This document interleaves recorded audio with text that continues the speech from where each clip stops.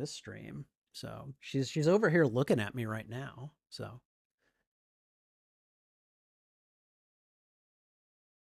all right, let's see. So anyways, how's your day been? I've just sent us live, by the way. Maynard? Oh no. Is this where we have more technical difficulties? All right, Maynard, you still there? I'm here. Oh, okay. All right. I can hear you. Can you Hopefully. hear me? Okay. All right. OBS says that everyone can hear you too. So we're going to go ahead and Okay. so anyways, but yeah, how's your day been? And guess what? Guess what? Trouble literally just came and sat down in front of my keyboard now. So It's been today. Let's yeah, just, I yeah. know. I know. I know. Let's not elaborate on that. Let's put it like this. I'm looking at nifty cave houses in Spain. I mean, I hear Spain is nice this time of year. So, might not be bad to, They are cool. take a little vacation, decompress, do whatever you need to do. I get it. I totally get it. So, all right. Anyways, hey everyone. Spidey Librarian here, and I am here with my friend Maenad. Maenad, how you doing? I'm doing all right. And we are going to be talking about Agatha All Along in just a couple of minutes here. Let me go ahead and say hello to Wolf, MCOC. Good to see you, my friend. Wolf has said hello to us in the chat. And Wolf is one of my regulars, and so it's very good to see you, my friend. I hope you are having a wonderful evening and that things are going well in your world. Now, we are still kind of getting started here. The ideal is that we would also have my friend Isay with us as well. We have not been able to raise her. I did speak with her earlier today, and she said that she was looking forward to this, but you guys know how it is. Sometimes we fall asleep, we lose track of time. So if Isay shows up, great. If not, I think Maynard and I can handle this particular bit of discussion, analysis, speculation. I think we could probably handle it. Wouldn't you say so, Maynard? Think we can. I Yeah. I have a notebook here with a lot of things that I have written down that I wanted to talk about. See, I kind of figured you would have some thoughts about this show. I don't know why, but somehow I just did.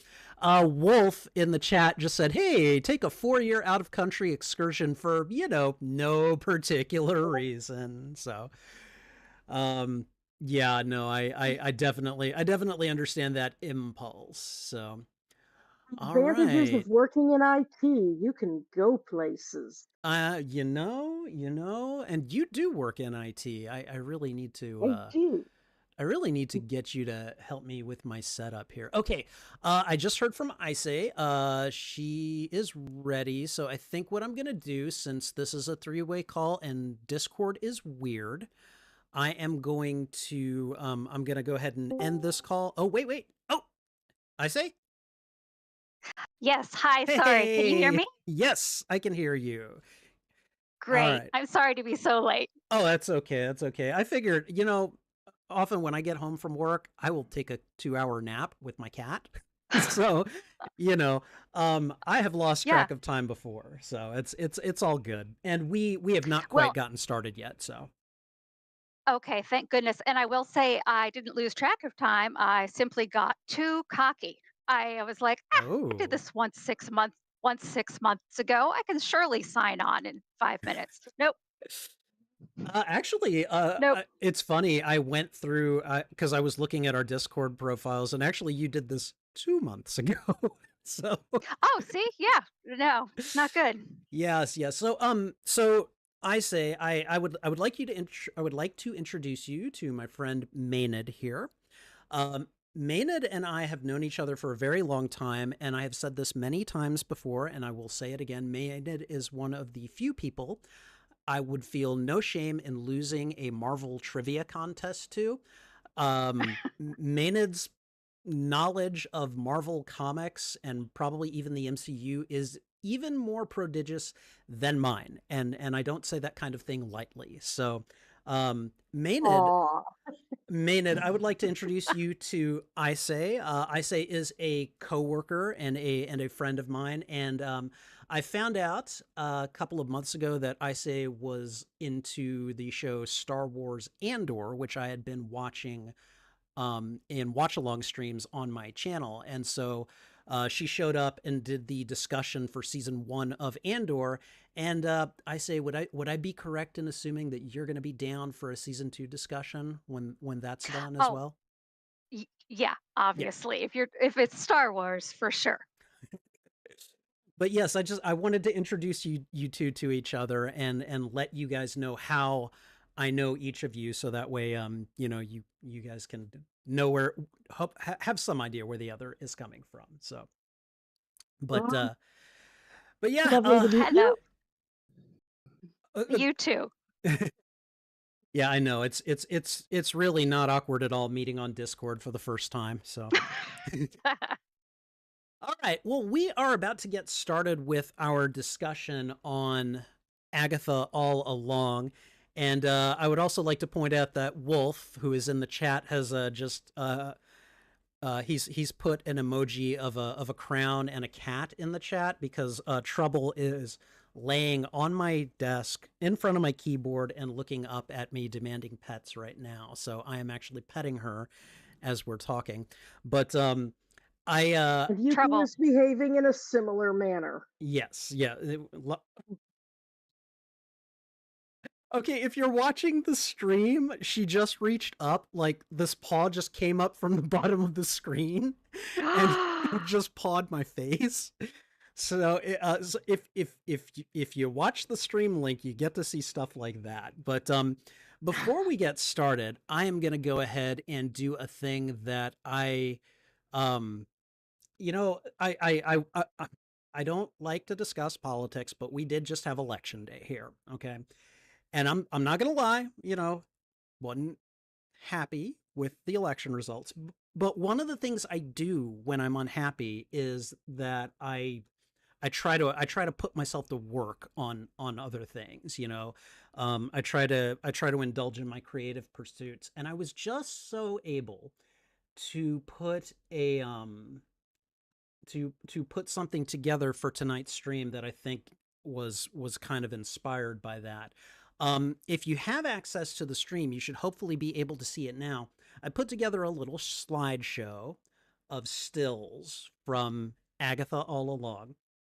So there'll be the stills in the background, and then I'm on camera in a small window there. So if you're interested in seeing that is something that I worked on today, specifically for this stream, and I think it's something that I'm going to try to do when I do show discussions going forward in the future, because I just think it looks really, really nice. So, anyways, I imagine that getting the two of you on here is going to result in some wonderful discussions about this show, because I know you both have been watching this show.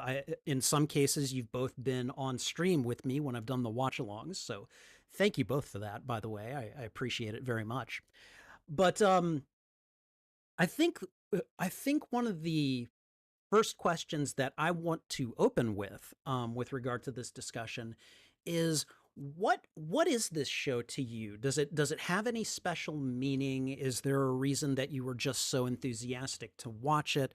I really would like to know, simply because, like, for me, I know who Agatha Harkness is. I know a little bit about her from the comics and probably more from the MCU at this point. She isn't a character that has been someone that I have been more than kind of trivially interested in, but she is an interesting character nonetheless. What about this show has reached out and kind of grabbed you? I guess, why do you like Agatha All Along so much? Me, Good. oh, sorry. I love the mutual No, go hesitation. right ahead. Maynard, go ahead. Okay, for me, it's fun to see a character that isn't so well known really get to shine on screen. And also, it means that because so few people know very much about Agatha Harkness, and she's always been sort of a kind of edge character in the comics. She's brought in when you need somebody to stir shit. That Agatha's a shit stirrer, Oh, and yes. so that's just a really fun kind of character to center a show around. And so you knew she's also one of Marvel's chaos magicians. So you knew that what we were going to be getting was going to be chaotic and it was going to be fun. Right. All right. I say? I was watching because I met her in what was it? WandaVision. WandaVision? Yep, loved WandaVision. Met her there. But also, I love Catherine Hahn. I've loved her forever. I've loved her when she was doing like roles as the best friend in a larger romance comedy kind of movie. So that's what brought me here. And I have to say, attaching Catherine Hahn to this, well, to WandaVision in the first place, um, like I knew her from Parks and Rec. That's the role I remember seeing her in, was her role from Parks and Rec, and so I loved her performance.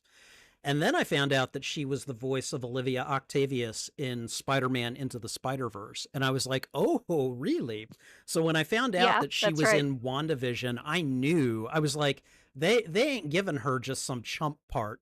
This is going to be a named part. And it was, I think, a little while after that I I found out that it was Agatha Harkness, and I'm like, this makes sense. So, um, no, that's excellent. Now, what do you guys think of her character development from WandaVision to Agatha All Along? I say, can we start with you this time? Yeah, sure. I Are we talking about like how the two connected? Is that what you're thinking about? Like the continuity between both shows? Well, yeah, the continuity between the two shows, and also just how her character may or may not have changed between those two shows. To me, she was the same when she started in this show. Hmm. We didn't have too much background on her, or I didn't. For I All I knew was what was in WandaVision. So to Right. me, she seemed perfectly the same, and I was so happy to see her do more evil things Okay. uh, with relish.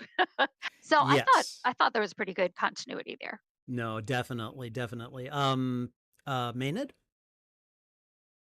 I think obviously we get so much more about her oh in this version of the show.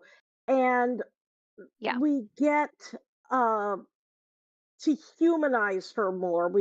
We see some of where she came from. One of the things that I did uh, in preparation of having this discussion, because it was relevant to some of the questions that I had that I didn't remember, is I went back and I watched her failed execution scene from WandaVision. Okay. Um, because that I was trying to remember what exactly, there was the episode where she confronts the ghost of her mother. Right. And I was trying, and the whole Salem 7 being a motivating factor in this show, I was trying to remember what exactly had gone on there, and just trying to figure out how she comes to where we meet her at the beginning of episode 9. Yeah. Yeah, that was yeah. interesting. I feel like one of the big questions that has not been answered, either in WandaVision or here in Agatha All Along, is why? Why the hell was her mother just hell bent on killing her? Like that's definitely something that has not been answered, at least not to my recollection, in either series. And I have a feeling that's going to have a huge bearing on what we know of her as a character. I mean, she's gotten a lot of development here in Agatha All Along, and I feel like she has gotten some complexity, a bit more gray to the instead of a just a full black villain or something, you know. But like that question is one of the one that really just kind of nags at me. What about you guys? One of the ones that was on my list is why is her mother like that? Why did her mother think that? So when I went back, she says that she stole power beyond her years. That's what her mother says in her like trial where the coven is going to kill her in 1693. Right. And then of course they do the attack, and this is when we find out that Agatha has the ability that if she is attacked, she can suck the power out of witches. Right. Yes. But they have to attack her first.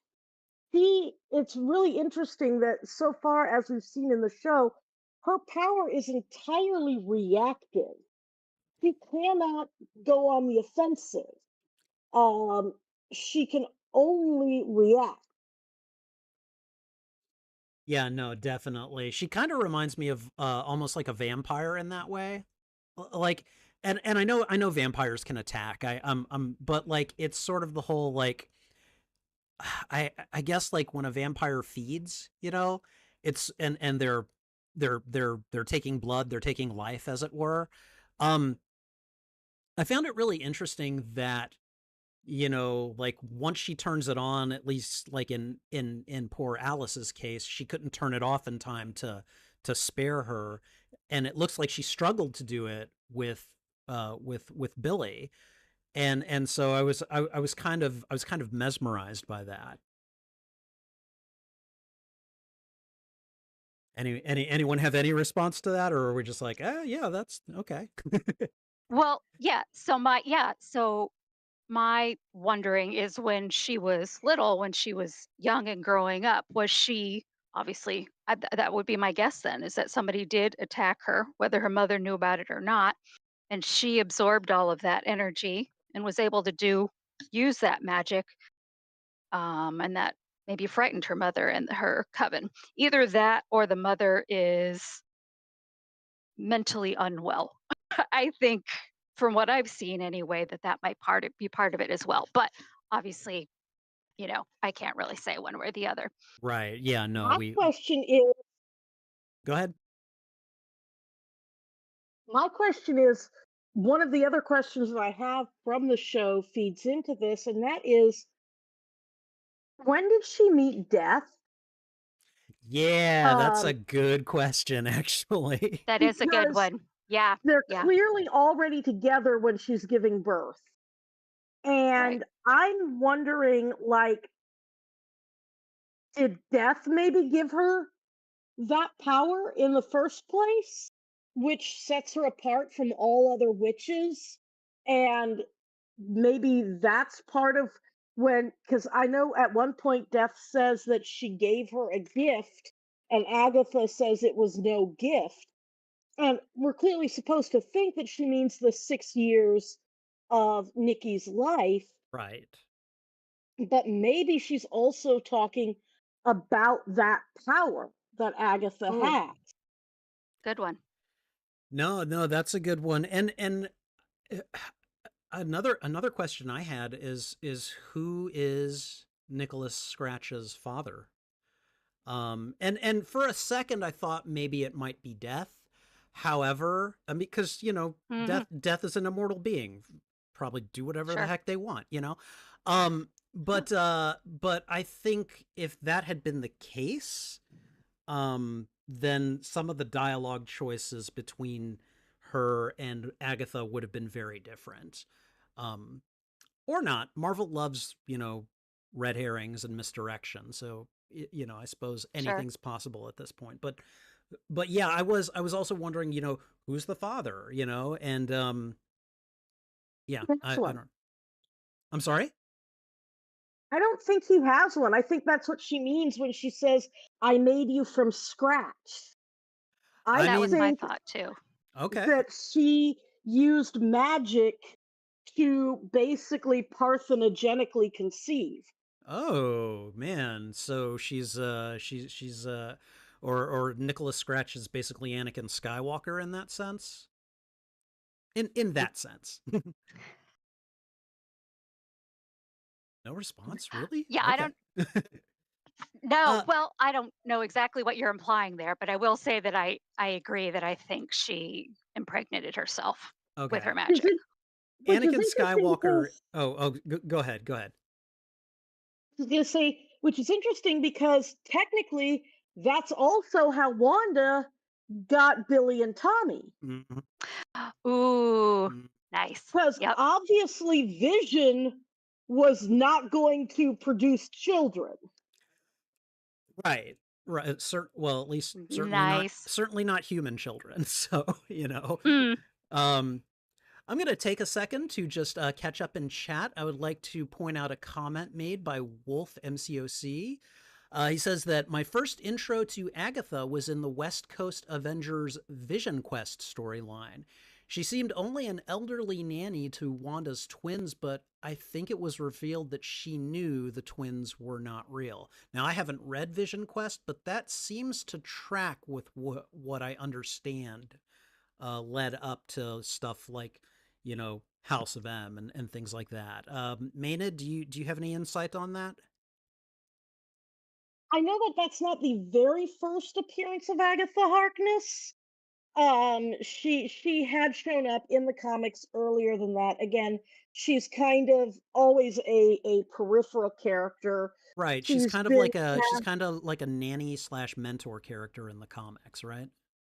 well, she's been cast as Scarlet Witch's teacher in Chaos Magic.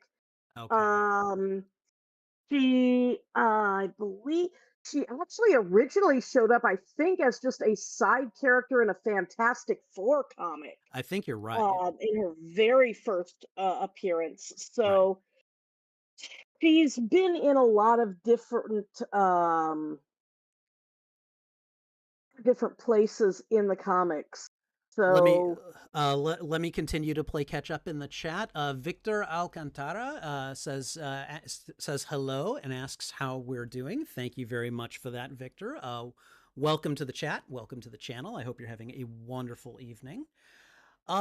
He also says, I noticed that Billy cast the Witches Road under great stress while trying to escape the Salem Seven, uh, just like mutants. Ooh. That's an interesting insight. hmm, Um, hmm, hmm.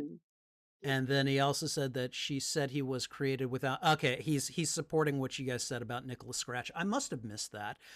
She said he was created without magic and without enchantments. Oh, Well, okay. that would indicate that he did have a father. Right. No, Yeah, my right? brain just doesn't want to work tonight. Um, so yeah, in that case, who's the dad? So, you know, He could be some guy. could be some guy. Probably will never end up being Mephisto, even though I think that's who it is in the comics.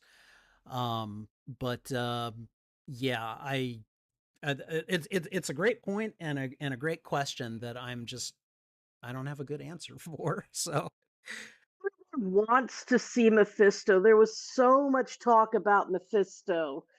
Um, and Marvel's been teasing characters around him for so long that I wonder what's going to happen when they do finally break down and bring him in.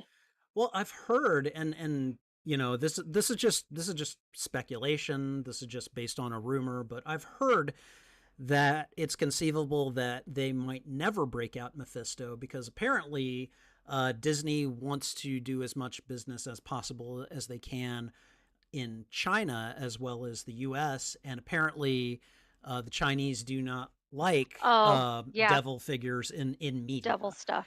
And so Right. that might be just one of those meta reasons that we might never see Mephisto.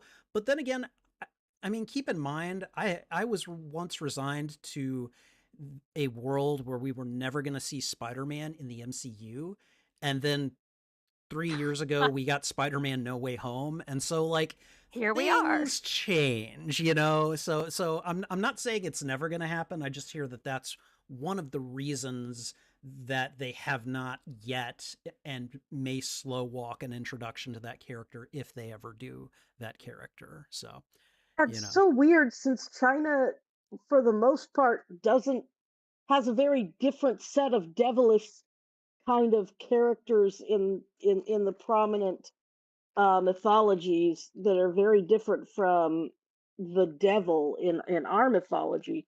So it's interesting that they are the reason for resistance to a character like that.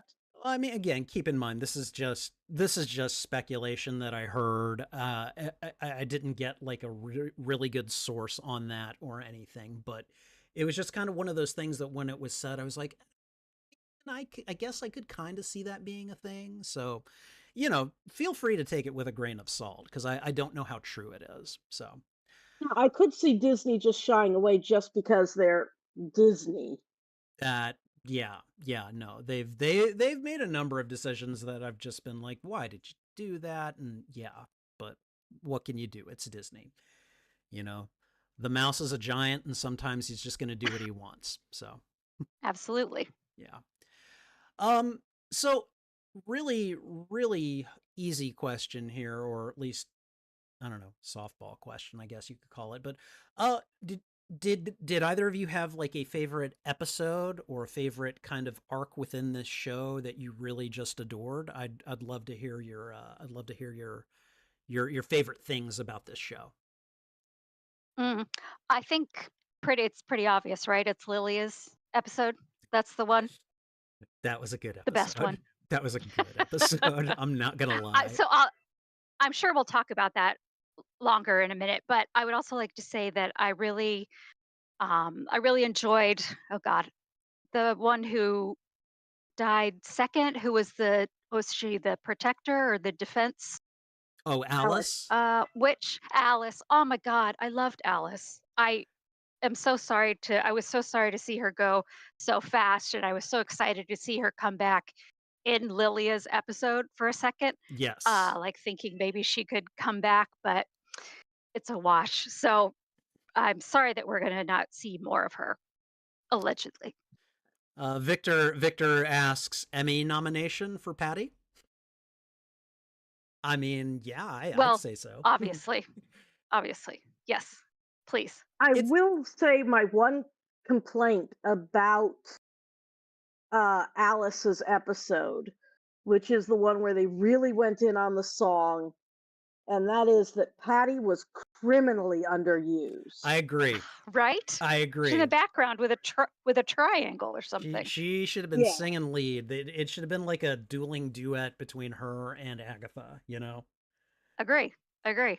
could have No. done some really interesting things with their moral positions Oh yeah, in definitely. putting them in that kind of a dueling Uh-huh. leads stance. Um Uh-huh. Maynard, did you have a separate favorite thing about Agatha All Along, or are we all just going to agree it was Patty LuPone's episode? Saying a specific episode, one of the things that I absolutely cannot let go without being highlighted is and because it was something I used to study and I sew and such, the costume department was Oh, on fire they this went hard. entire show. Yeah, Yes. was They crazy. were amazing. And one of the things that I saw pointed out was the fact that because they went very much for practical effects, this was extremely low CGI. Right. Um, they were able to put so much more budget and attention into things like costume. And I think it really showed how much value there is in doing that. I Yes. don't think we felt the loss of the CGI. It was there when you needed it, but It wasn't all the of the other default, things that though. yeah, but all of the other things that they brought in and that they could afford to bring in because they weren't leaning on that, I thought were really, really worth it. I mean, I tend to agree, and my understanding, I read recently that this show set some kind of a record for being like the lowest budget Marvel Studios like Disney Plus production. And I think a lot of that basically came from the fact that they basically went from CGI to just using practical effects. Like that wasn't the only thing they did, of course, but like that was a big part of it. And that really it kind of allowed for the actors, since they were actually interacting with things, and not just trying to rely on, oh, there'll be a CGI thing here, like that it really Mhm. enhanced their performances and really kind of let them do a lot more with the set and with each other and with all of the things with which they were interacting. And I really appreciate that because let's be honest, post Endgame, this is to be expected because Endgame was like a 12-year movie arc Yes. that they were building to. And there's been there was a dip in quality in some productions, but I really feel like another part of that is that Marvel Studios and Disney, I feel like they maybe got a little too big for their britches and we're just going to pump out all this content, we're just going to throw money at it and people will come because it's Marvel. And I feel like this show, in addition to a couple of other examples, is a really good example of them starting to realize that's not going to work and they've learned the lesson and they're starting to course correct. Does that make any sense or is that clear as mud? Yeah, I think you're totally correct. I think they definitely got too big for their britches, and they are, I don't know, like, they kind of, to me anyway, they had put themselves on this huge pedestal. We know everything. Look at this successful, like you said, 12-year arc that we did. Everything we do is right. Nothing can crush us. Right. To be followed up by some things that weren't so great. So I think that's one part. The other part, which I think we're kind of talking about here too, is um, there's a real like art and artistry, of course, to not using CGI. And I think people get so, it almost seems too easy. CGI. Oh, we'll make her fly. It's no big deal. Right. You know, and not depending on CGI and instead using people with real talent. It kind of, I thought, grounded the whole thing. It all felt, it was real. So it came across that way, you know. Right. You weren't like, "Oh, I know that's a carbon copy that they made, from photocopying his head and putting up somebody's body." It's Right. not that. Yes. It's no, oh, I am really seeing that. And you know what? The actors are really seeing that too. So we're all having the same experience together. It's kind of cool.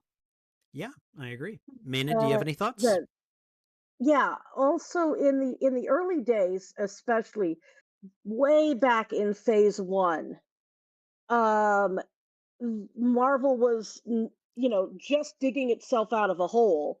If Iron Man hadn't come off, they would have been done for. Yes. Um, and they were doing a lot of casting, lesser known people very, very well. And they also had a philosophy that I remember Feige talking about, and I wish his younger self would bop him on the head about this, and that is that there was no such thing as a superhero movie. Um, Ooh, that's an interesting and that perspective. Yeah. every one of their movies fit in. Iron Man was an action, an action movie. Hulk was a horror movie. Thor was a fantasy. Captain America was a World War II movie. The second Captain America was a political Political thriller. thriller. Yeah. Yeah, and they kept and each of the films, while it was about superheroes, kept to the conventions of these different movie genres. Of course, action is going to be the closest to a quote unquote superhero movie, but I feel like they kind of forgot that. And Agatha, this show felt like it was, this was a witchy show, Okay. and it you could see the elements, and ultimately very very consciously, very very deliberately, you could see the elements of previous witchy shows in Yes. the DNA of this. And it turns out that you explicitly were seeing those because Billy had constructed this entire fantasy from pop culture. And so you were Hmm. 100% deliberately seeing pop culture in the construction of everything that you saw, because that's where Billy's brain was pulling it from. Like mother, like son. Exactly. Wanda and Billy both are.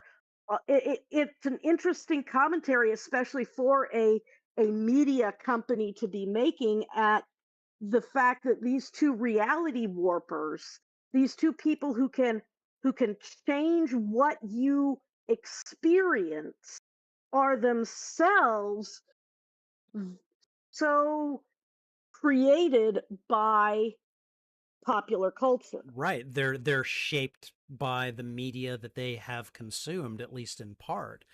No, that's a really really fun and interesting perspective that I you're right to make the comment that it's interesting from a meta perspective that you've got this media company saying this thing about how media shapes us, you know.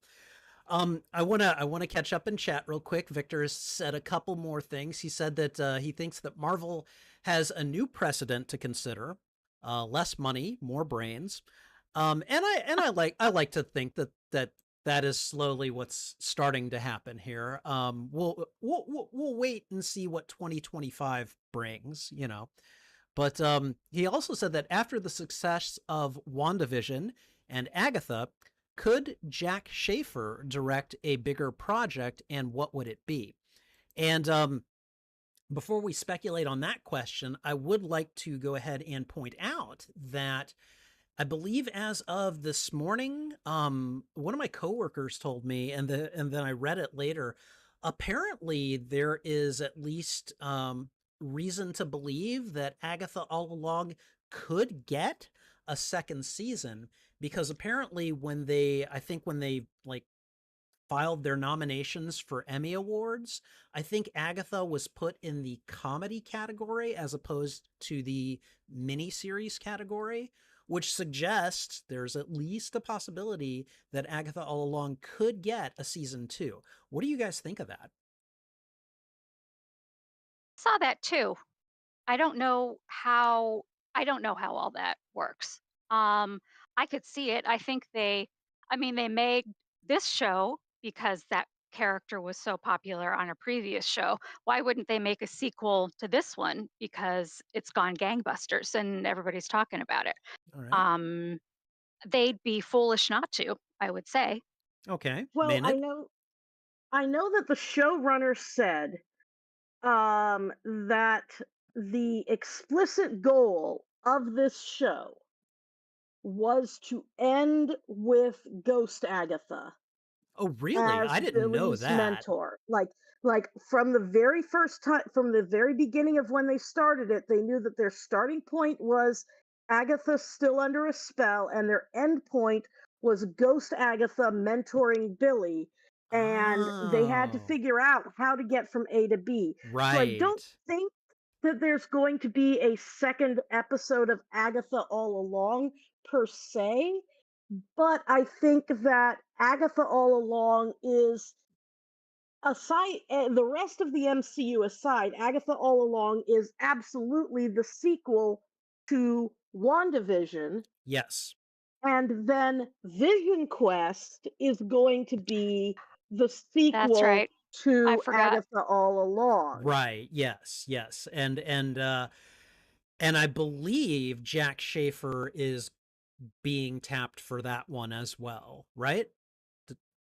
I think that hasn't been finalized, but I think it's very likely. Yeah. I mean, it makes sense. Like, she's been working with all these characters. So, Yeah.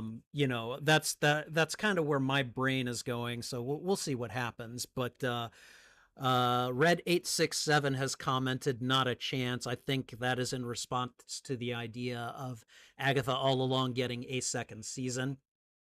And, they could be right. At this point, we just don't have any way of knowing for certain, because there have been a lot of things in the MCU that I thought were never going to happen, and they totally have. So, anything is possible.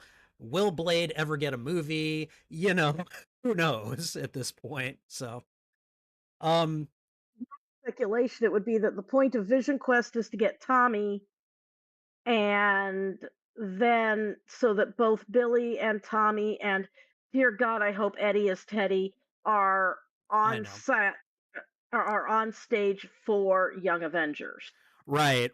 And I was hoping to tap that conversation eventually, but it does seem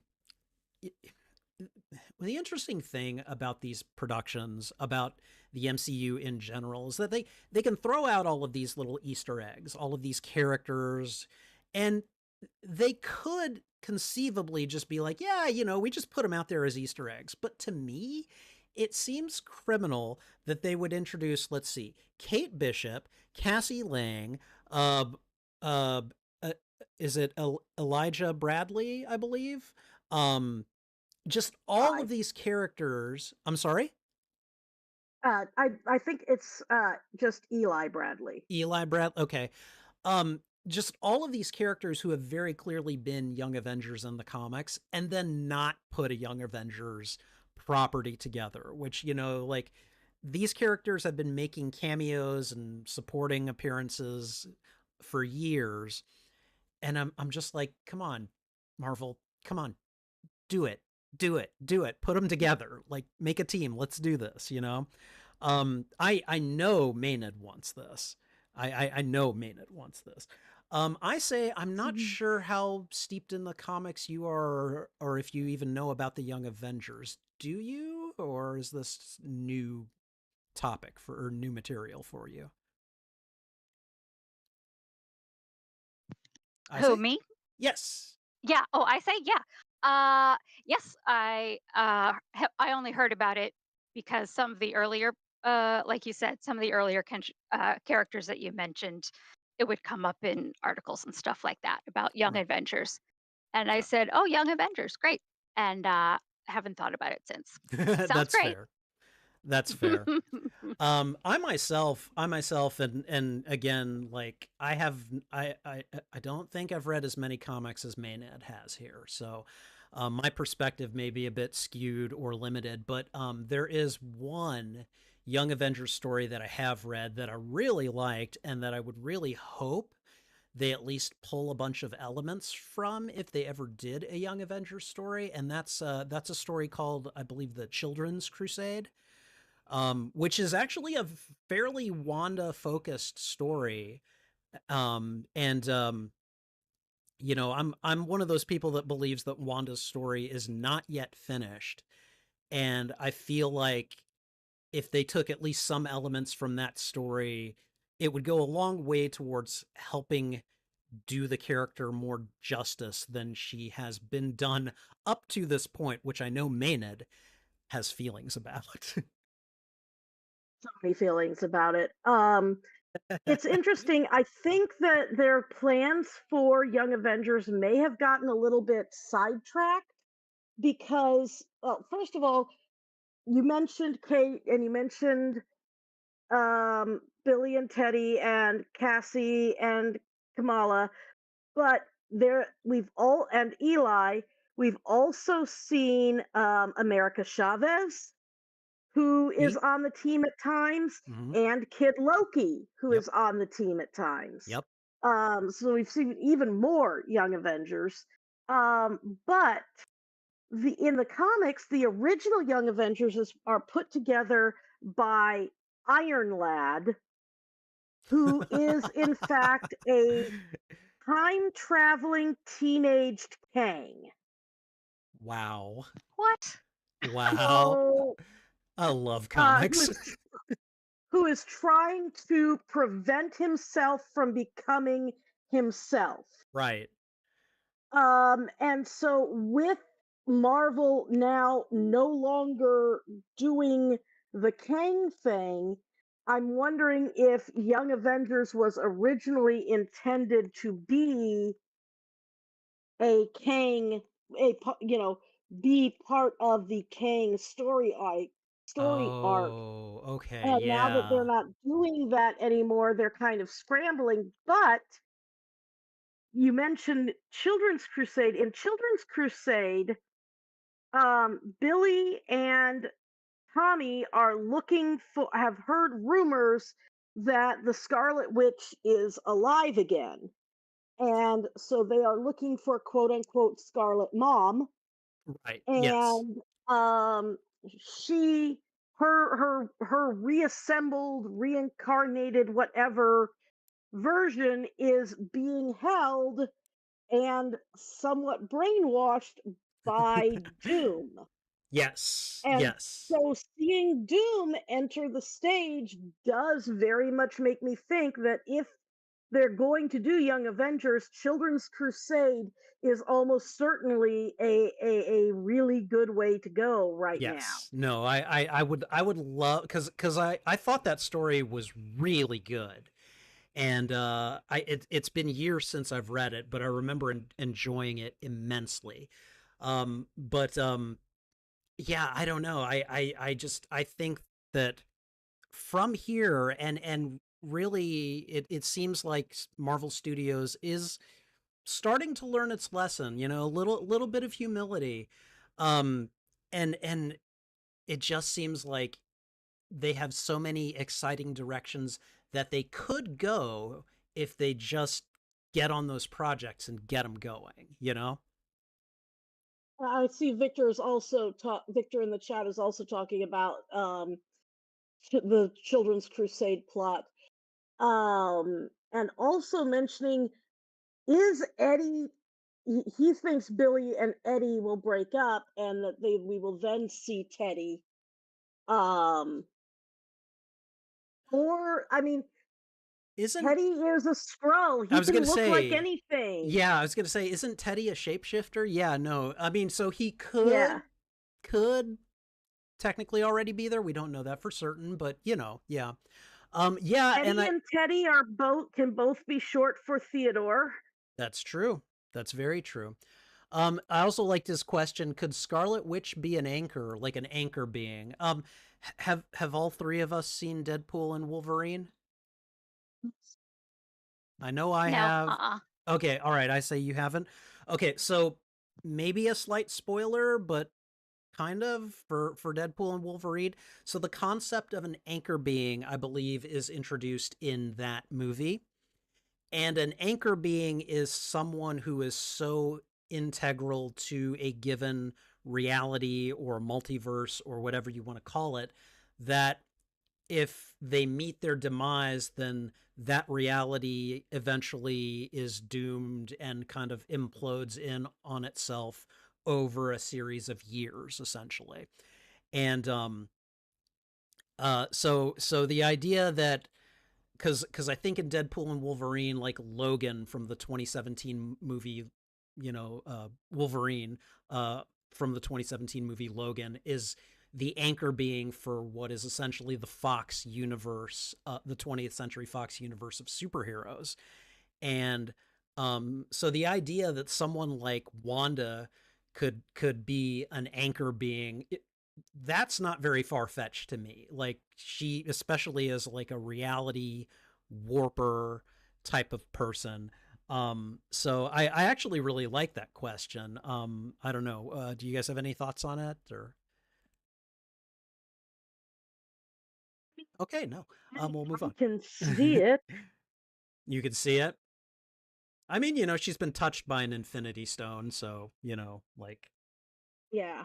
I what you know, was she an anchor being before then? Was it because of the Infinity Stone. Like it raises a whole bunch of questions. So all right, let's talk a little bit about the story of Agatha All Along itself, because man, that alone can deliver some doozies to us. And first of all, let's try to go in as much chronological order as we can.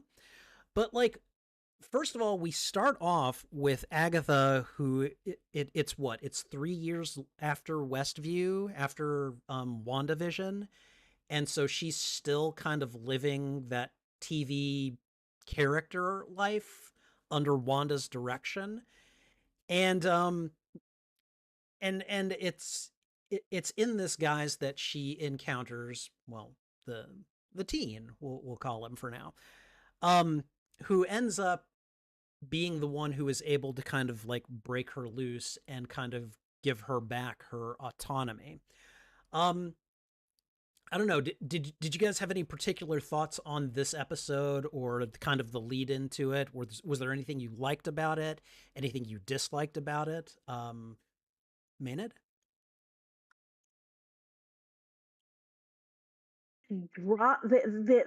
It felt like it should have been a clue, and then it wasn't. I wanted there to be some connection to why is her persona in this a cop, a loose cannon kind of cop?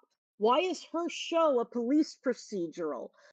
Why is the Jane Doe Wanda?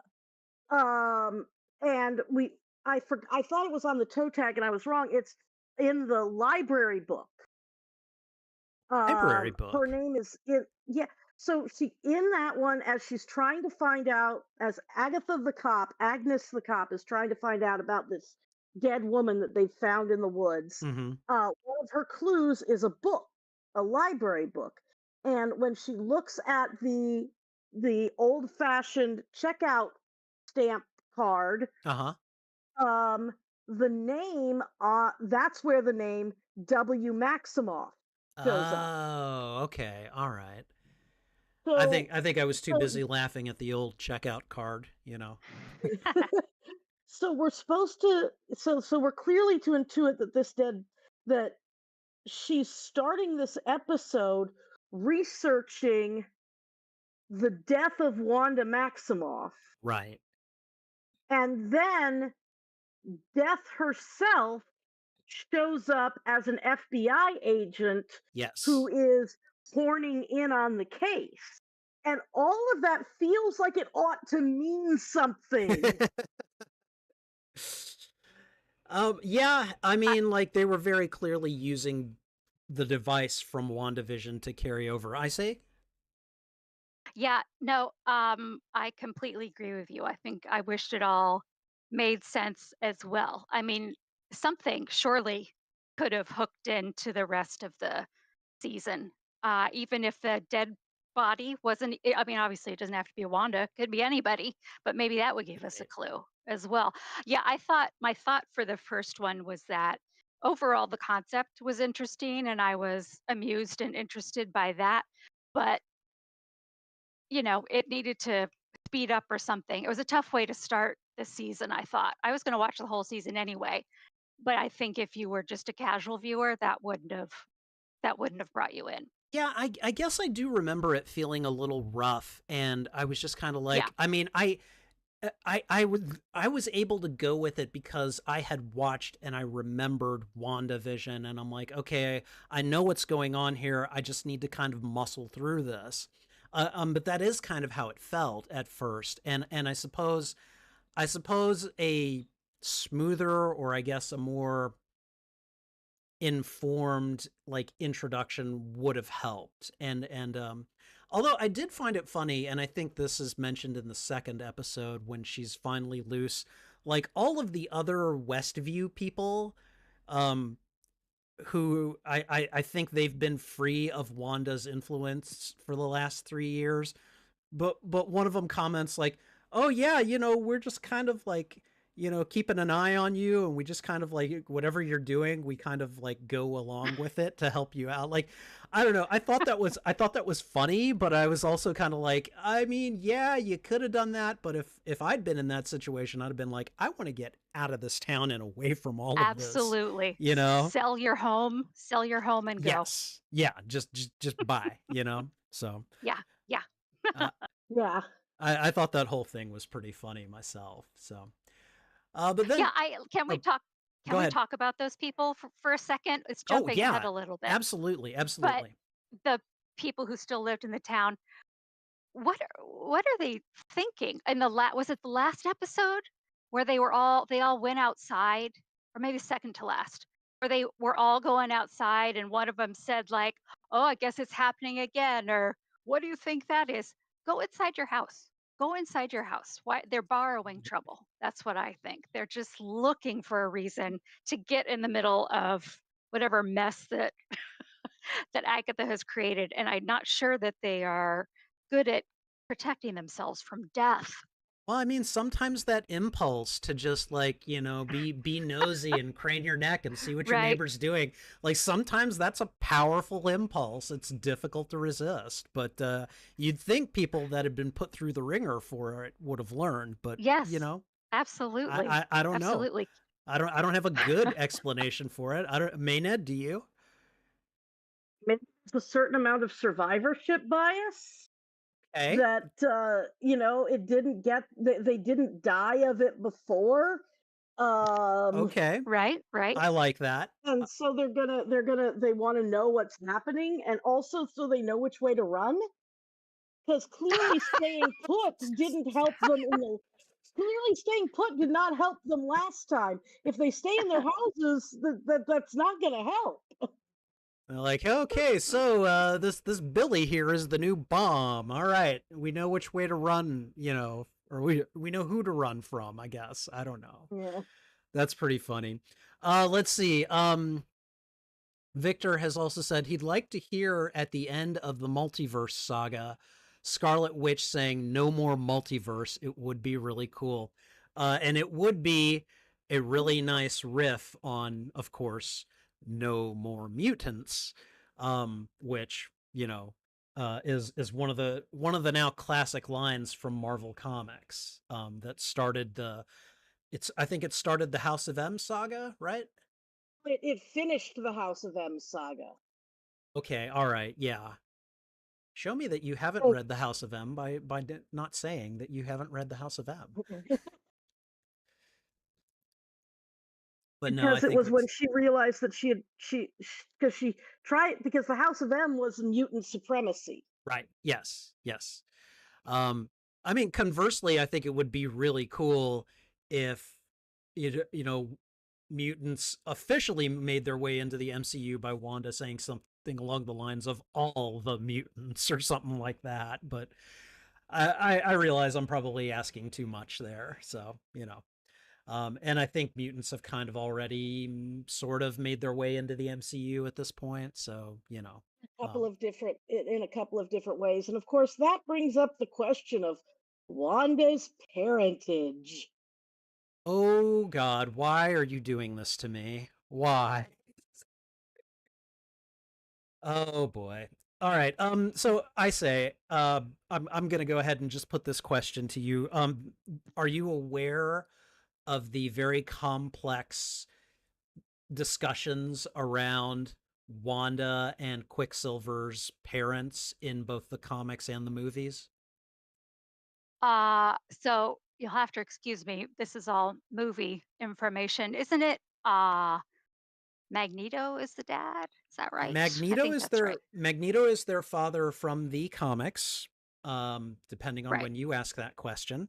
However, interesting thing is when so the X-Men movies were made by 20th Century Fox for a very long time. And then you have the MCU movies, which are made by Marvel Studios and Disney and all of them. And so you've got two separate entities creating movies about Marvel characters. And I guess when Marvel sold the rights to 20th Century Fox, that included access to all mutant characters including Wanda and Pietro, Scarlet Witch and Quicksilver, at least in name. However, Scarlet Witch and Quicksilver also have a very storied history with the Avengers. And so when they started making, I think when they realized they were going to be making more than one Avengers movie, the question of who they could bring in came up. And so the idea of bringing Wanda and Pietro in through the MCU was also one of those things that was floated. And because of all of this, so like, because Fox did a Quicksilver character, and then like they had Wanda in there at least as a named character, even if they never made her the Scarlet Witch. They did some stuff with Magneto possibly being Quicksilver's dad that they never really resolved. But then you have the question of, okay, well, who is their parent in the MCU, because they couldn't use Magneto by name. And all of this bleeds over into the comics, where in the comics, it's established that Magneto is their father. However, because they couldn't, Marvel Comics are also owned by Disney.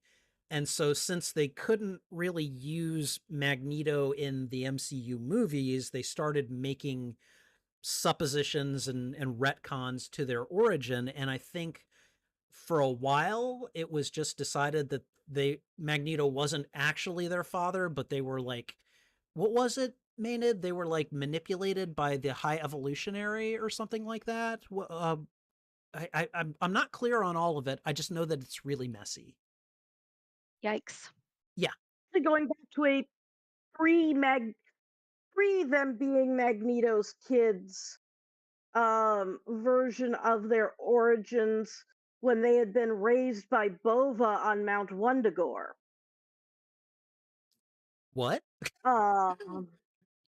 This is why I feel no shame in losing a Marvel trivia contest to Maenad, by the way. Because originally their relationship to Magneto was simply that they were two members of the Brotherhood of Evil Mutants who very quickly defected, not to join the X-Men, but to join the Avengers. Yes. And at that point, Magneto had just been their cult leader, essentially. And they were two Romani children who had been raised on this Marvel magical mountain of Mount Wundagore. So he and Bova is also an interesting character who's been sort of a foster mother to multiple Marvel characters. She's kind of a humanoid cow. Let's not really go there. Yikes, come on. So, and then later as they started making Magneto more interesting as a character, that's when they started that's when they made them his children, which then of course makes them half Romani and half Jewish. Yes. And then, like you said, and I think before they were his kids, they might have done, I think it might have been before they were his kids that they initially did a thing where they might have been products of the High Evolutionary doing High Evolutionary things. Okay. All right. That makes some amount of sense, which, again, comic book logic, it's just one of those things you kind of have to go with. Like, we're dealing with a comic book universe that has like what 60 plus years of established history, 80 plus years. It's just and it all kind of fits together, but making it do that sometimes is really complex. Anyways, the reason I believe that we got onto this conversation is because, Magneto, we think at this point, I don't know for certain, but in the comics at least, he is Wanda's father. And I know that he at least made an appearance like in the Children's Crusade after a bunch of stuff had happened and tried to take Wanda away so that she could recuperate and stuff like that.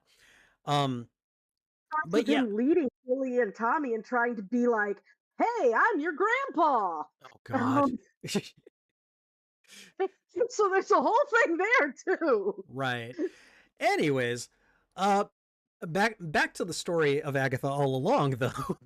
we I love comic book discussions. They digressions galore. But anyways, Agatha breaks free and is like, "Hey, I don't have any more juice, and you've got enough juice to break me out of that spell. So, who are you?" And what happens when the teen at this time tries to tell her who he is? A rune appears over his mouth, and That's right. Bless. that was the first time I'd seen something like that, and it kind of freaked me out the first time I saw it. I was like, "What the heck was that?" Ugh. Um, Yeah, it I don't was know. definitely creepy. Well done. Yeah, like I had a Mm. very visceral response the first time I saw it. I'm like, "Whoa, whoa, whoa, what was that?" Um, and yeah, no. So I'm glad I'm not the only one, but that freaked you guys out as well, Of the Matrix. a little bit. When Yeah, when Neo's mouth disappears when he's the first time he's taken in by the right. agents, by the Oh, Smiths. creepy. Body horror light, I suppose. I don't know. Yeah. But yeah, and that's when Agatha starts setting about. He's like, let's, the witch's road will give us what we want. We need to build a coven. So Agatha starts trying to pull together a ragtag team.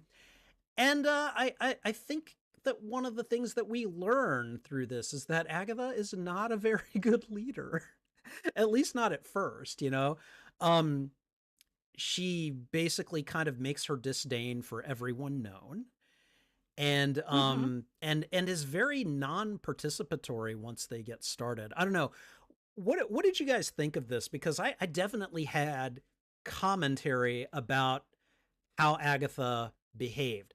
I don't know if I should have. I probably should have expected that after WandaVision, but I just kept going, you can't do this. You can't do this and expect for these people to actually follow you. I don't know. Did you guys have any thoughts on it? Doesn't expect them to follow her. She expects them to get pissed off and attack her and her to suck them dry because that's what the witch's road is. Yes, but I didn't know that at the time either. Did No, not we know that at the didn't. time. But but now in retrospect, now we understand exactly why she was acting like that.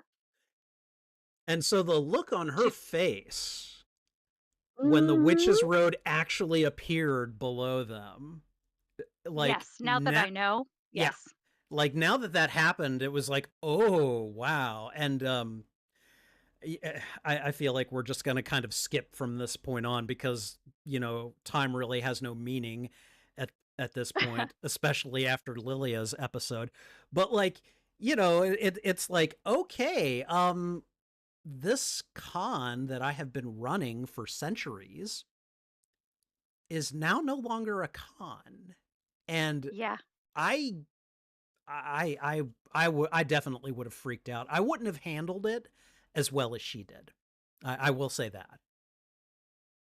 Yeah, I agree. I think she was able to cover pretty well. I think, although um, in retrospect, I think we were just weren't picking up on how that, like, she had never seen any of it before, Right. because she was definitely putting on her like heightened self, if that makes sense. Like she was Hmm. sort of acting a big role, and I wonder now, again in retrospect, if that wasn't like a defense mechanism against, oh, I have no idea, what's Right. happening here. Right. Which we all would have done the same thing. So I can't say as I blame her, but I just at the time I just attributed everything to her, to just being, oh, that's Agatha. She's kind of sneaky. She kind of trying not to do any work.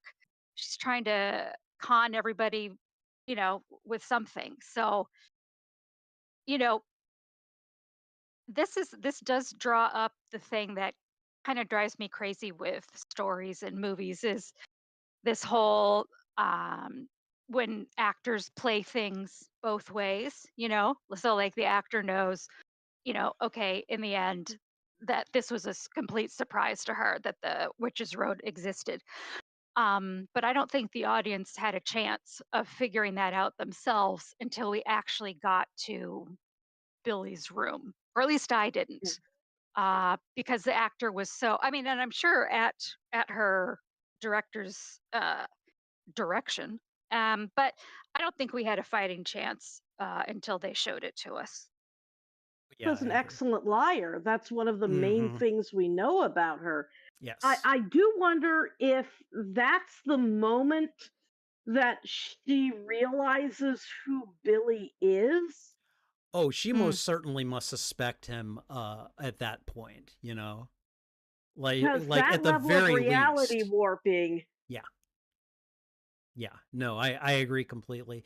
And it's really funny because that moment when he's in his room and he's looking at all these things, it felt very much like The Usual Suspects. Have you guys seen that movie? Hmm. Like the very Hmm. People, end. Go ahead. no, go ahead.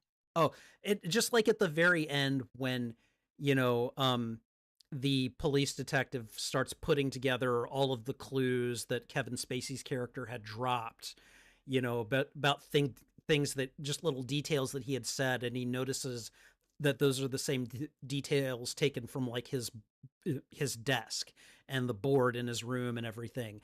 And it's like he's putting it all together and realizing that he's been played. And it's kind of like that for Billy when he's seeing all of these elements in his room from the Witch's Road. And I think he's starting to realize, oh my God, I did this. And it was just kind of one of those moments where I was able to immediately draw the parallel. I'm like, I know where they got inspiration for this scene, or at least it feels like they got inspiration from this scene from this movie. So I don't know. I really liked that moment. So Yeah, it was good. yeah. Um, the trials. Well, okay, no, before we get to the trials, let's talk about the coven because we have not really talked that much about the coven. And Mm. one of the first things that I want to say is that I was very, I guess I was very pleased with myself to say that I recognized at least a couple of names from the coven because I've just read as so many Marvel comics over the years. So like when Jennifer Kale showed up, I'm like, I know who that person is. And there were one, or I think Lilia was another one. I had no idea who Hmm. Alice was though. And so like I really liked, I really like it when Marvel does that, when they pull characters and concepts directly from the comics because, it's the source material. Um I don't know. Maynard, I imagine you would be the one to ask this question. I mean, how many of these people did you recognize immediately once you heard their names?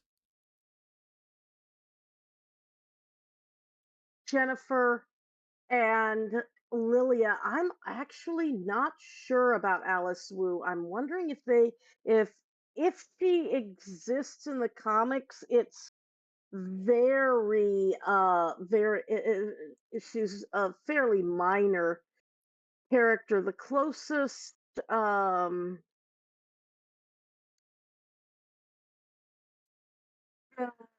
there's a there's a Alice Wu Gulliver who's the magician and Hong Kong detective, but she's not very much like the character that we see in the comic. If they drew from her, it was like a name and a loose description and has magic, and that's basically it. um but she's also a really minor character. Yeah, So and I mean, like, I don't know. I like the characters I at least recognized. Most of the actresses, I had no idea who they were. I didn't I had heard of Patti LuPone, but I had really no idea who she was until I watched this show. And then I started to do a little research, and the more I learned about this woman, the more I was like, oh, this is a badass woman here, you know. Mhm. And so I was really pleased when Lilia got her own episode. Like I was like, okay, all Mhm. right, I really want to see what this actress can do when she has to carry an episode. And dear God, like they delivered. They crushed it out of the Yeah. park on that episode. Um, but yeah, I don't know. Like I didn't know much about a lot of the characters, but I was expecting great things. The more I learned about Patti LuPone, and I really just kind of loved that. And so, I mean, overall, I liked the various characters in the coven. Um, Mm. I wish we'd gotten to know Jennifer and Alice a little bit better, and poor Sharon. Poor Or Sharon. Sharon. I mean, she just didn't have a Oh, chance, did she?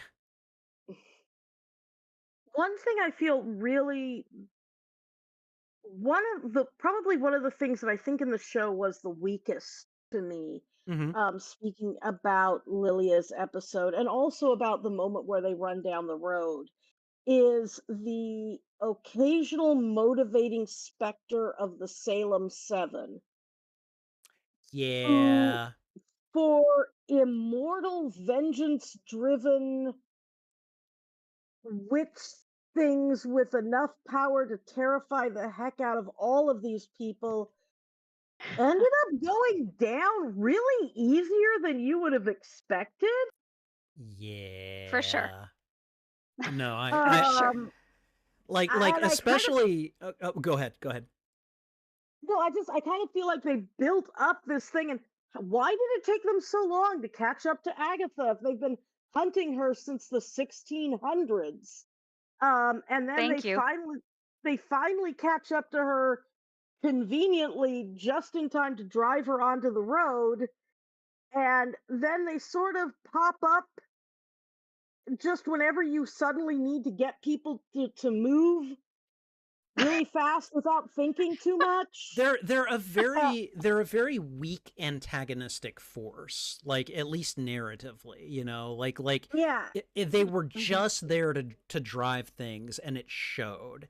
And especially now that I've had the opportunity to kind of look back on this show a little bit, it's like, what was the real point of putting them in there? It seemed like you put them in there Right. to drive things, and then you killed them off really quickly. It's like, Mhm. could you maybe have Felt used them like later, you know, you had develop them? decided that you wanted.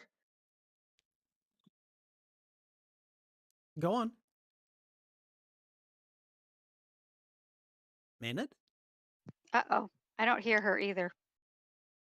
Maynard, did we lose her? Did we lose them? Hmm. Maybe. All right. Maynard, we seem to have lost you. I don't know what happened, but I'll let you, hopefully they can reconnect and rejoin us. So um I'm gonna take a second and just Oh, can go. we Oh, go ahead. I was just gonna say about the witches, I Can you thought that hear they me? were Oh, We hear there you. she is. Okay. Yeah, sorry. I did a very stupid thing and plugged something into my computer and confused it. Um, Aw. Okay. Poor computer.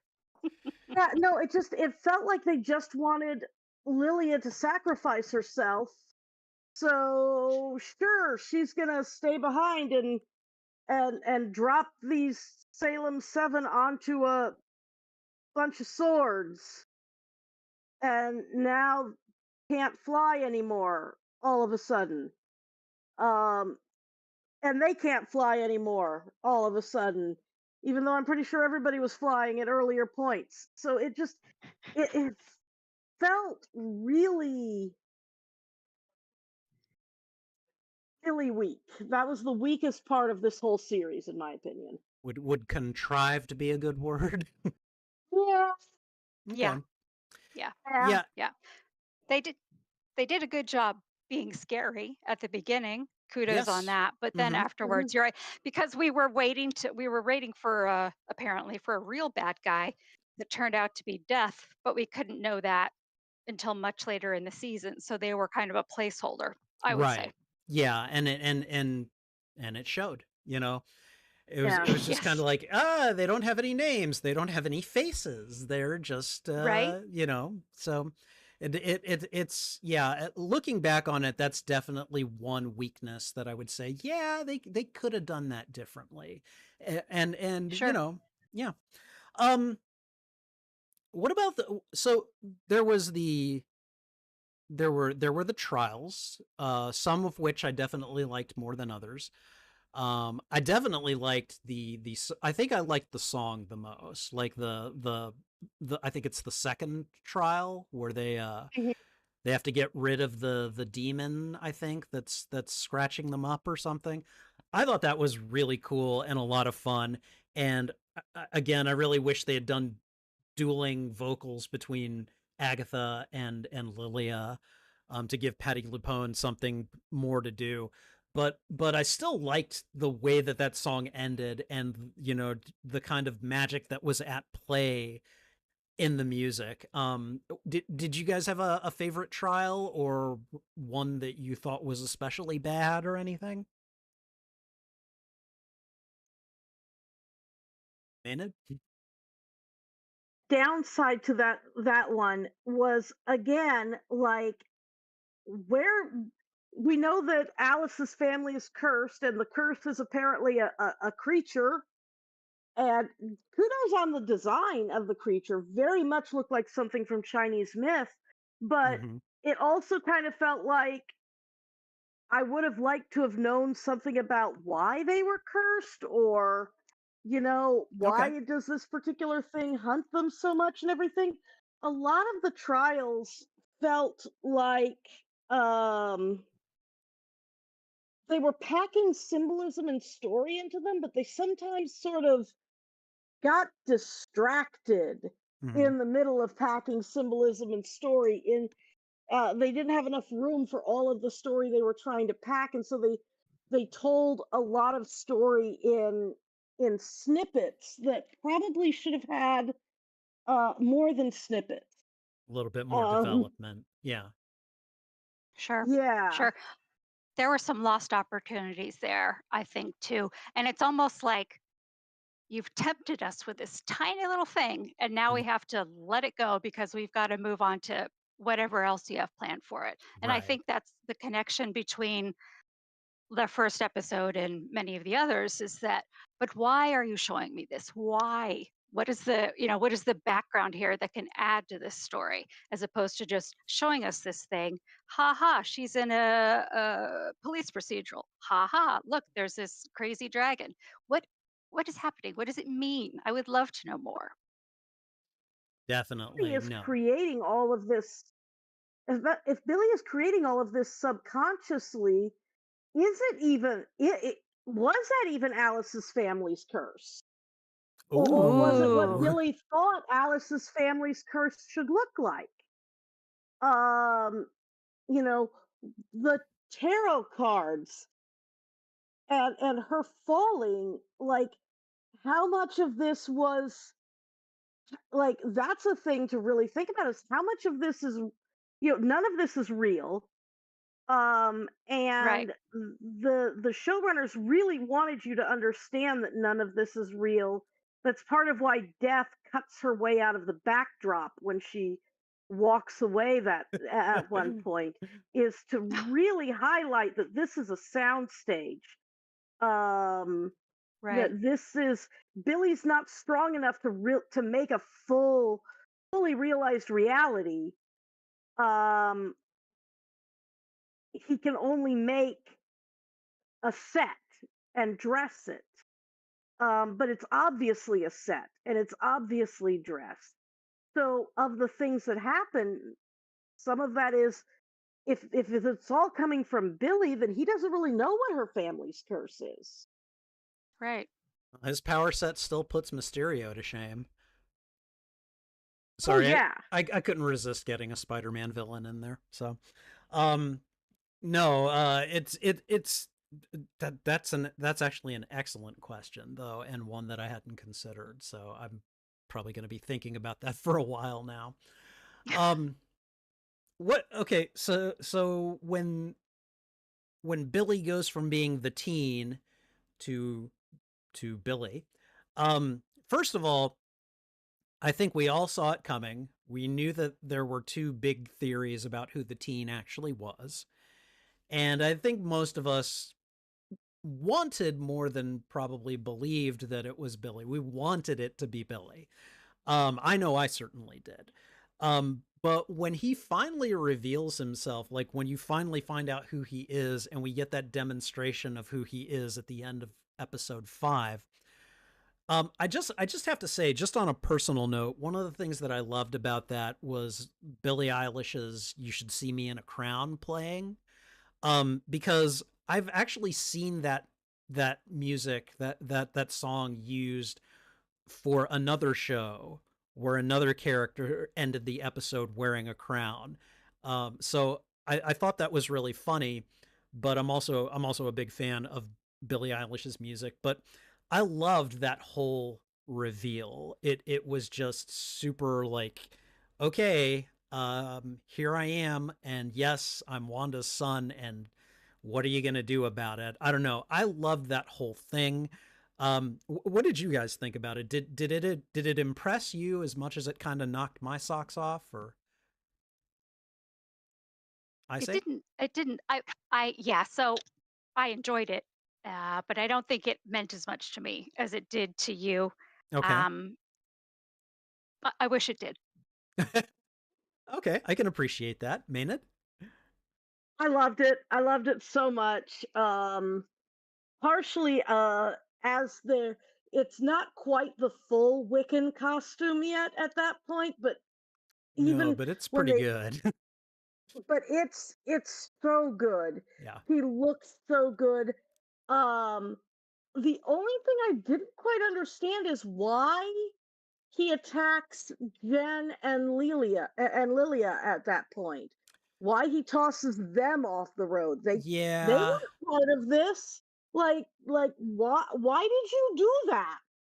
Yeah, the only thing I can come up with, and again, this is just speculation on my part, is just that, like, he was having one of those "I'm flooded with power" moments and I'm just lashing out partially at Agatha, but he doesn't quite know what he's doing. It's kind of one of those, like, I don't know my own strength moments. That's the only thing I can really come up with. And I don't know how much that holds up under, under questioning, but like that's kind of what I just felt. Like it was like this at least theoretically explains why that happened, because I know that he likes Lilia and he likes Jen.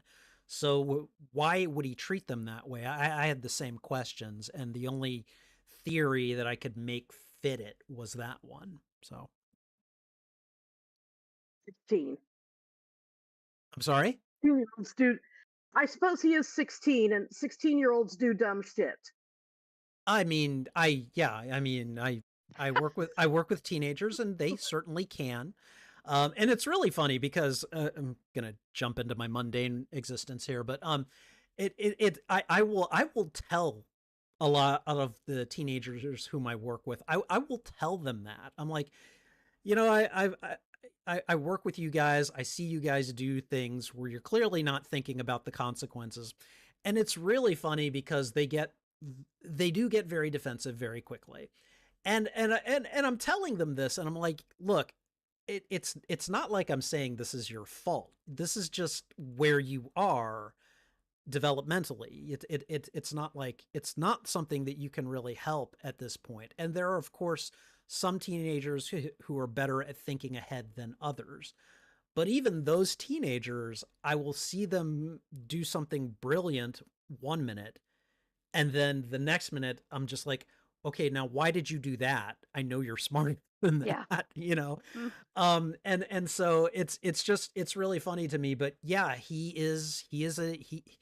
I mean, he might not even be 16 years old in terms of when he was actually quote unquote born. He's just in an adolescent body. But yeah, it's like you've got chemicals and everything firing off in your brain. It's going to affect your decision making. So I don't know.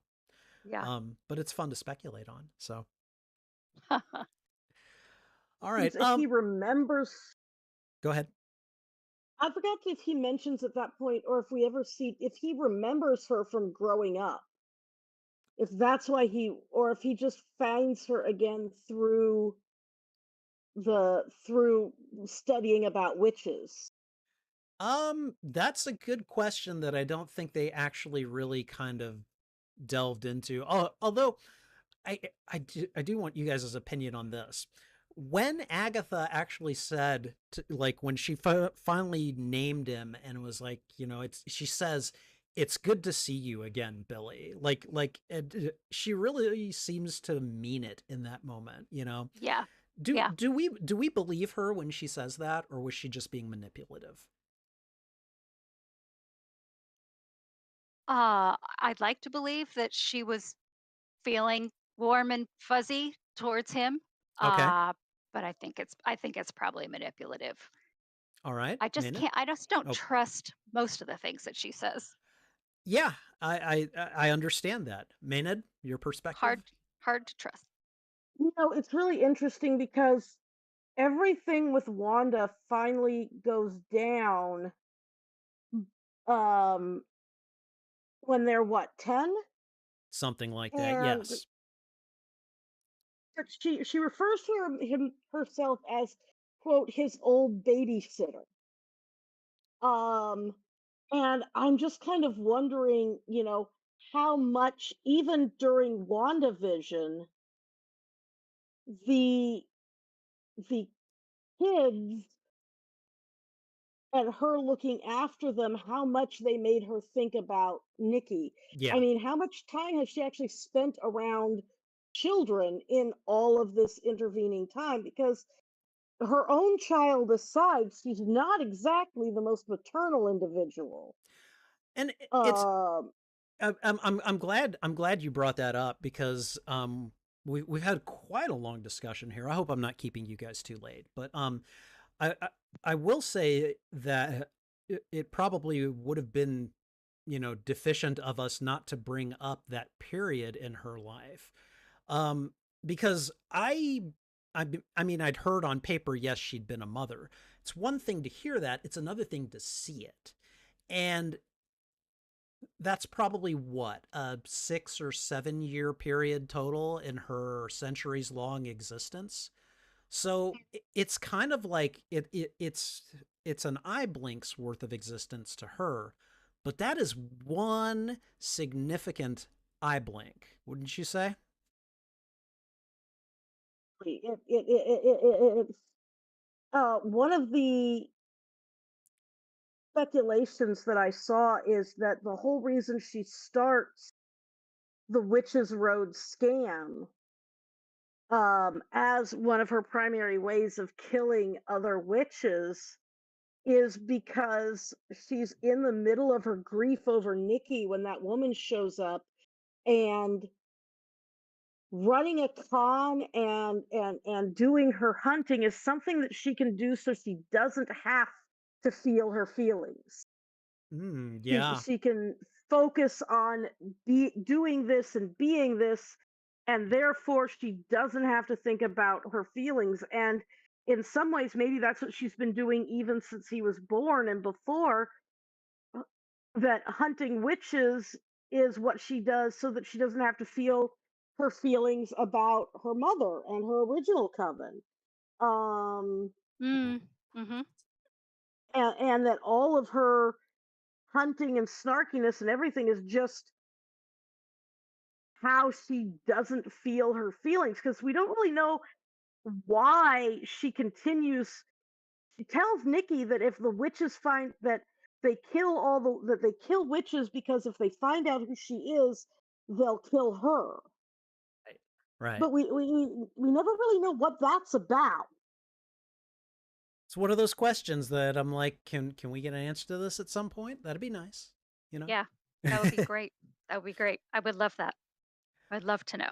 All right. Well, I'm going to go ahead and try to kind of wrap things up here because I think I've held on to you guys for long enough, and it is getting late, and I know I have to work in the morning, and I imagine Isay does as well. So and Maynard for Yeah, that yeah. matter. Yes. So but I guess I guess what are your, I don't know, like having seen this and knowing what we do, like knowing what happens at the end of it and everything, what are your kind of big hopes slash speculations slash, like what do you hope happens in the greater MCU as a result of this show? What has it inspired in you in terms of like hopes for the narrative overall? I say, do you want to I'm not start? sure I can. Yeah, sure. I was going to say, I'm not sure I can speak to the narrative, but I can say that it makes me hope that Marvel will consider maybe continuing to use sort of real life effects, and that it will Okay. also continue to treat the shows on like actual shows like their TV shows, not like what do they it was, a movie cut into four pieces. Right. As a TV show, I'd rather see. Now I've learned from Agatha All Along that I'd rather see things on TV that are made for TV. It works a lot better, I think. I can definitely get behind that. So no, I understand where you're coming from, and yeah, no, when you said it, I was very much like, yeah, yeah, I want more of this too, actually. All right, Maynard. I would definitely agree. I liked WandaVision and this show a lot better in their formats than something like Sam and Bucky make bad decisions. But what I'm hoping to see, I definitely want to see the further adventures of Billy with his snarky pseudo teacher ghost spirit guide, hopefully in Vision Quest. Obviously, I very much want to see Young Avengers. Right. Um, I need Billy and Teddy. I need that. It has to be a thing. They are the most perfect couple in all of Marvel. That is a canon couple. Uh, And I need to see and I need to see them on screen. I I like this. I like Agatha as a ghost who can just who's sort of mentoring Billy, but could also go around shit stirring in other places, and ghosts can get into all kinds of trouble. Um, so I want to see Marvel do more of this sort of playful um, and character centered storytelling. Okay. No, I like that as well, and yes, no, I agree with you. I think that I think that I feel like this show, in addition to the emphasis on practical effects and set pieces and everything, like this show also had to focus on the story and focus on the characters a little bit more, and I think that definitely influenced the tone a little bit, and so I really do hope that they kind of continue in this vein. For myself personally, I want Billy and Tommy to reunite. As an older brother, I want to see the two siblings reunite. And frankly, I guess kind of along those lines, I want to see. I want a continuation of Wanda's story. One of the reasons that Maynard and I sometimes spar over how Wanda's character has been portrayed so far is because I'm of the staunch opinion that her story is not yet done. Now, I'm willing to acknowledge that it's been like 3 years and we haven't seen the Scarlet Witch, and they need to bring her back so that we get a finish to Wanda's story. because I don't want that to be the way that it ends. But I really kind of hope that because of some of the events in this series, that this will be a springboard for us to see more of Wanda's story, and hopefully that she gets like a satisfying conclusion at some point, you know?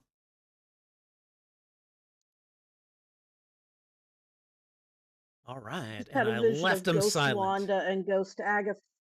Huh? I just had a mental image of Ghost Wanda and Ghost Agatha sniping at each other but unable to affect each other.